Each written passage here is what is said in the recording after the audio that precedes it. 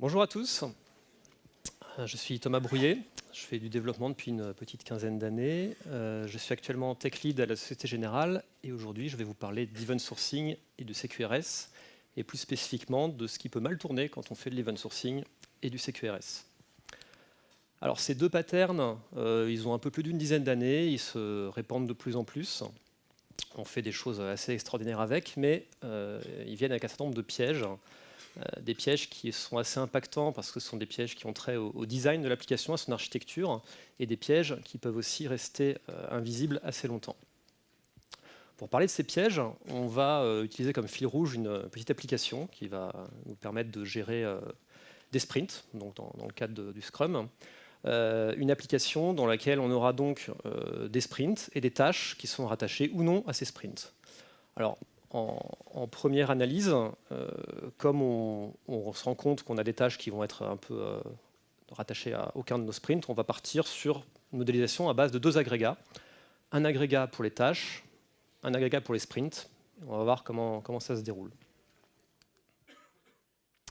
Alors, on commence donc à travailler sur notre application et donc on se demande pourquoi faire de l'event sourcing. L'event sourcing, ça a un certain nombre d'avantages. C'est très lié au monde du domaine driven design. Ça partage le même vocabulaire, les mêmes concepts. C'est presque une extension naturelle du domaine driven design. Donc à partir du moment où on fait du DDD, on peut être tenté de prendre de l'event sourcing par défaut. C'est très performant. L'event sourcing, la persistance des événements, consiste à faire que de l'écriture en append. On ne va pas récupérer une donnée pour la modifier. On append, on écrit, ça va très très vite.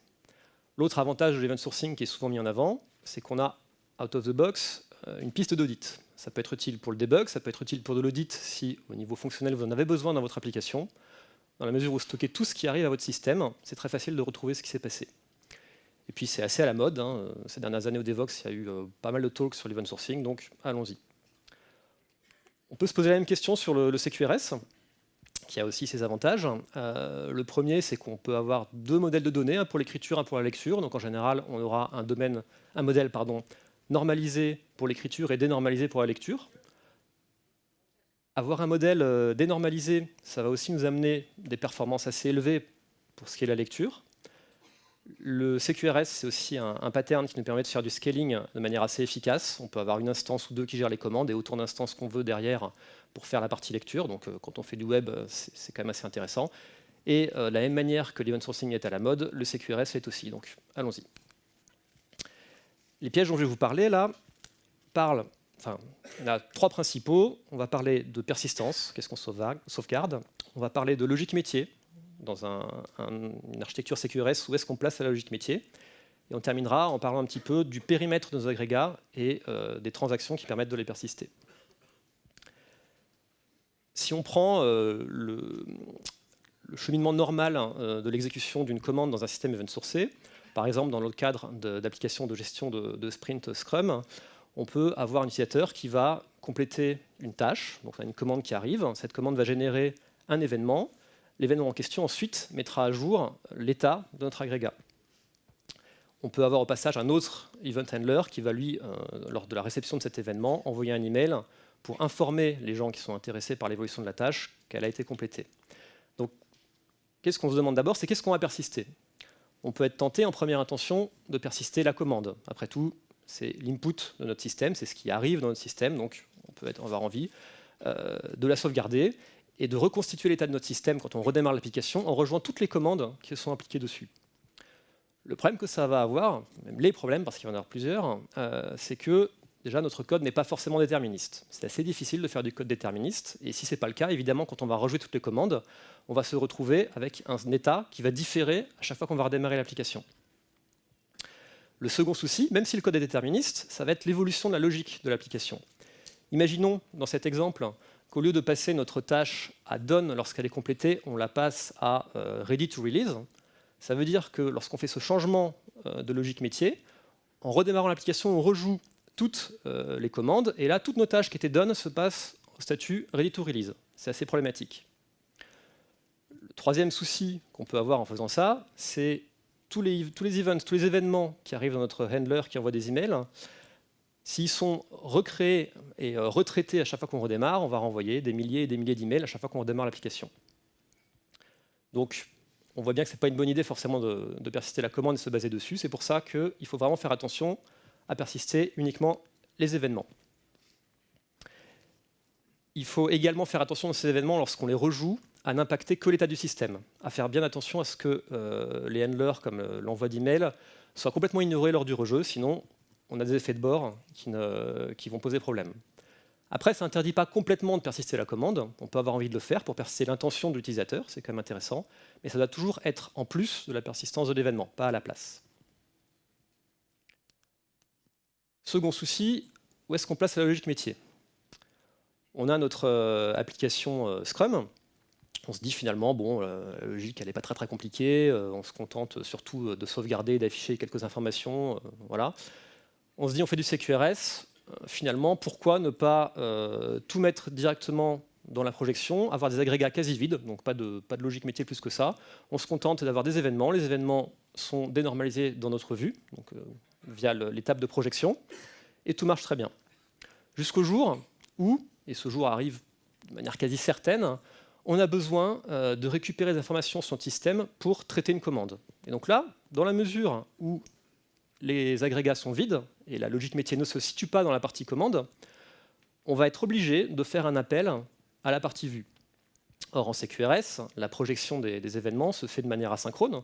Du coup, dans le traitement de la commande, là, on va devoir faire un appel synchrone sur notre vue pour récupérer l'information, et ensuite refaire une projection derrière. Donc là, les conséquences que ça a, c'est en premier lieu sur les performances. Un appel synchrone au milieu du traitement de la commande sur une vue qui va être en général, par exemple, un cluster élastique, c'est extrêmement mauvais pour les performances. On a un deuxième problème qui est que la cohérence de nos données dans le cadre d'une architecture CQRS, elle est finale. On parle d'eventual consistency, ça veut dire que les données dans votre vue ne vont être cohérentes qu'au bout d'un temps arbitraire, qui peut être de quelques secondes à quelques minutes, voire quelques heures. Du coup, lorsque vous allez traiter votre commande, vous allez faire sur des données qui sont peut-être obsolètes.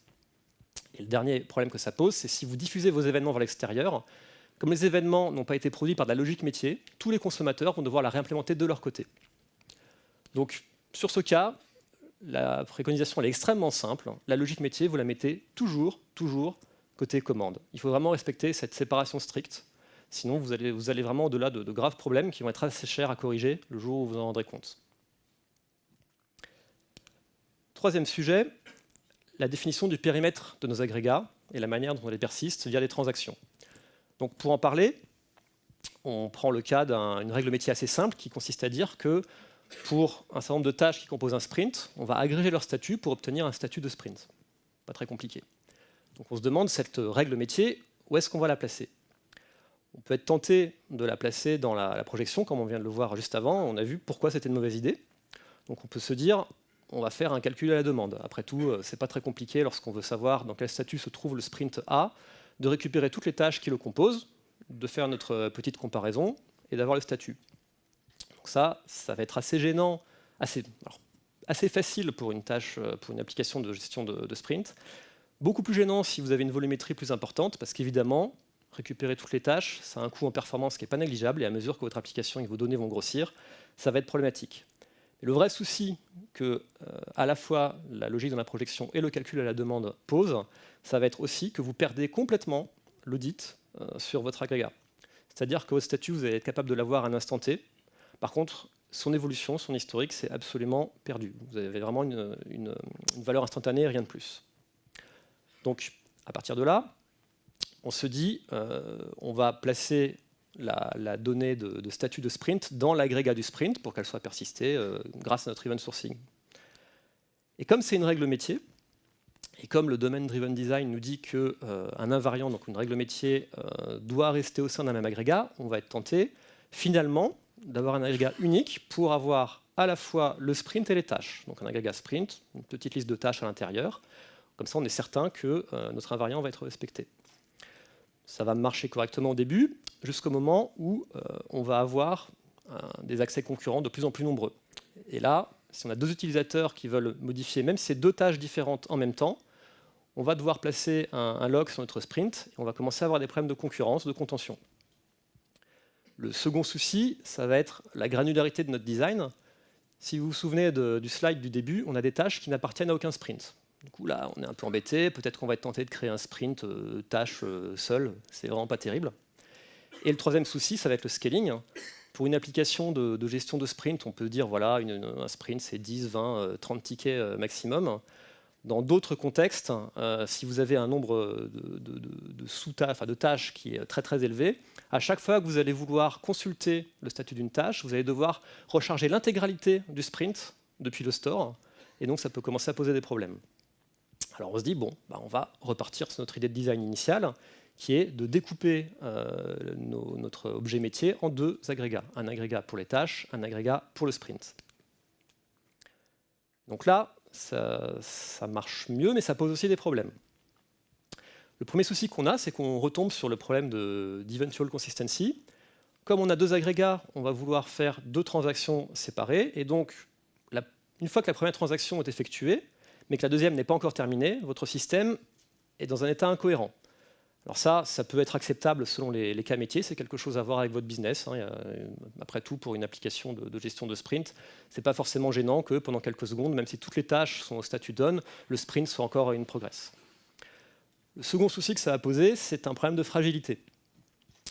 Si quelque chose se passe mal, on peut avoir une transaction, la première transaction qui passe, et la deuxième qui échoue.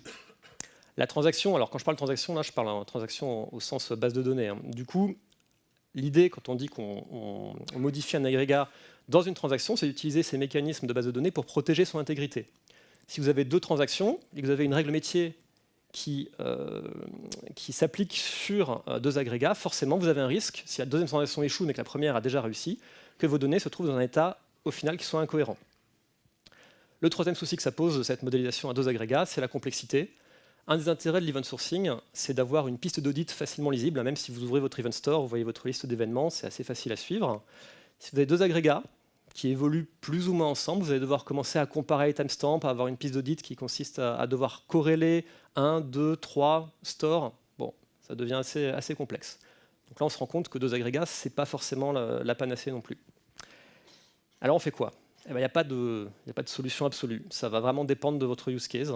À faible volume, avec peu d'accès concurrents, je serais tenté de vous conseiller de partir sur un agrégat unique. Par contre, si vraiment votre application prend de l'ampleur, ça va devenir assez compliqué au bout d'un moment, et là, vous allez peut-être être obligé de partir sur deux agrégats. C'est d'autant plus difficile que c'est une décision qui est difficile à changer en cours de route, donc il faut vraiment bien réfléchir à ce choix-là au tout début de la conception de l'application, à vraiment essayer de faire des projections pour savoir vers quelle volumétrie et vers quel use case vous vous dirigez. Là, on a vu trois sujets principaux, la persistance, on a vu l'emplacement de la logique métier, on a vu le périmètre des agrégats, donc déjà trois manières un peu de se tromper quand on fait de l'event sourcing. Il y en a beaucoup d'autres. On peut se tromper sur la clé d'agrégat. Est-ce qu'on prend une clé technique, une clé fonctionnelle? On peut se tromper sur le nommage des événements. Quand on lit une piste d'audit, si les événements sont mal nommés, ça devient vite assez infernal. On va avoir des soucis forcément lorsqu'on va faire évoluer le schéma des événements en question. On veut rajouter un champ. Alors rajouter, c'est facile. On veut en renommer un, on veut en détruire un. Qu'est-ce qu'on fait des événements qui ont déjà été persistés? Il faut aussi garder en tête que l'event sourcing, c'est contenu dans le nom, c'est événementiel. Donc c'est asynchrone. Donc il faut bien comprendre, bien identifier les parties de l'application qui vont être synchrones de celles qui sont asynchrones. Donc voilà, ça fait vraiment beaucoup d'occasions de se tromper.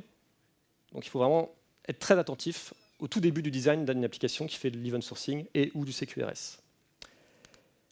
Est-ce que ça signifie que c'est vraiment trop compliqué pour être utile, trop dangereux, vu tous les pièges qu'on vient de voir, qui en plus, encore une fois, se révèlent parfois assez tard. Si on ne fait pas attention, on peut se rendre compte 1 an, 2 ans après, et ça a un coût assez prohibitif. Eh bien non, je pense quand même que c'est des patterns qui sont extrêmement efficaces pour certains use cases. Il faut juste faire attention à bien identifier les cas pour lesquels on les utilise, ne pas croire que c'est une silver bullet, et surtout, lorsqu'on les utilise, les cantonner exactement à la partie de votre application qu'ils nécessitent. Il ne faut absolument pas se dire on va faire de l'event sourcing CQRS en l'appliquant partout, on va faire un système event sourcé, ça n'existe pas. Il faut vraiment identifier la partie où vous en avez besoin et s'y restreindre. Voilà, donc les slides sont disponibles sur GitHub. Je vous ai mis un petit peu de lecture en plus si vous voulez creuser le sujet. Il y a pas mal de littérature dessus. Et je vous remercie pour votre attention.